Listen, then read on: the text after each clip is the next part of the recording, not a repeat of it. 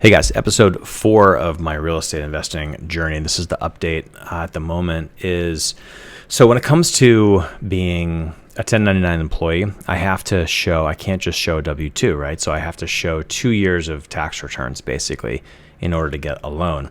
Well, as of right now, my last 2 years that I would have to show are 2022 and 2021. But 2021, I only worked half the year because I was on furlough from my old job before I moved to Chicago.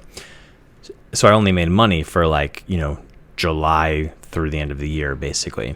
And even still, I was just getting started in a commission-only business. So it took me, I didn't really make all that much, relative to what I make now.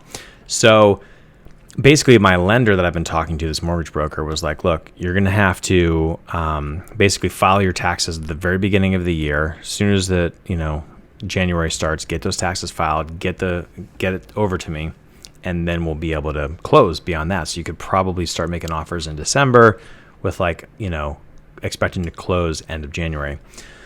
So I said, okay, great. So I took that to my accountant, shared that with him, and we kind of talked about it. And he was basically like, yeah, unfortunately, it's not going to work that fast. He's like, because the IRS doesn't open the e-filing window until later into January. So he's like, you can get us everything at the beginning. We can get ready to go and everything. And so that we have everything we need.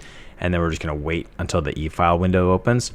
As soon as it opens, we'll get it filed. But then you're going to have to ask your lender, are they able to move forward with proof of filing and everything that we've prepared? Or do they need it to actually have posted with the IRS?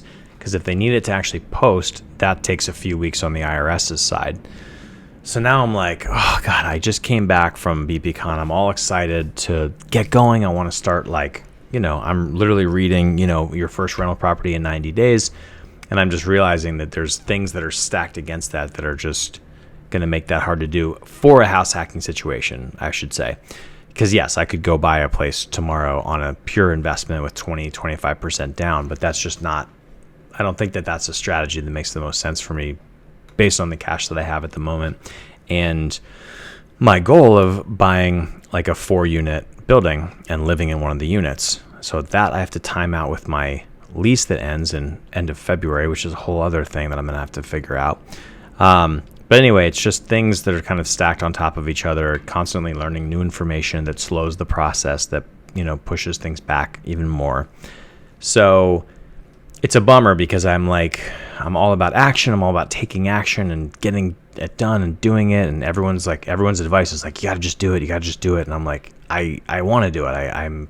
I'm super excited about doing it. I just I can't do anything until I get my taxes filed. And I did talk to my lender, by the way.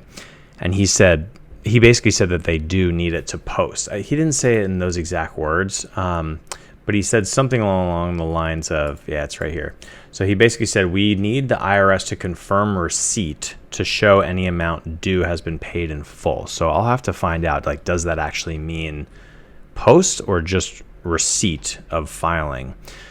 That'll affect things for sure. But if this is getting pushed into February, March, that's going to be tough because my lease is ending. So I'm going to have to figure out what to do about that. But other than that, those are kind of the big updates at the moment. But going through this process has been really interesting, obviously learning a lot.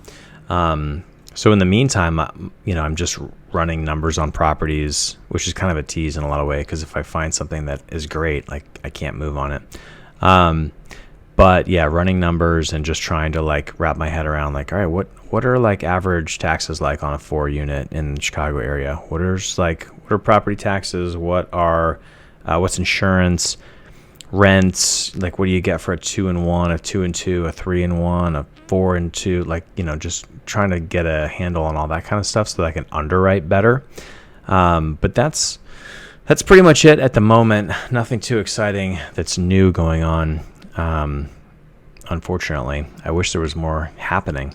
But yeah, we press on, and I'm going to try and just keep thinking about maybe there's alternative ways to get started. Or another option is that I could get a smaller, cheaper place now, because I am qualified currently up to a certain amount.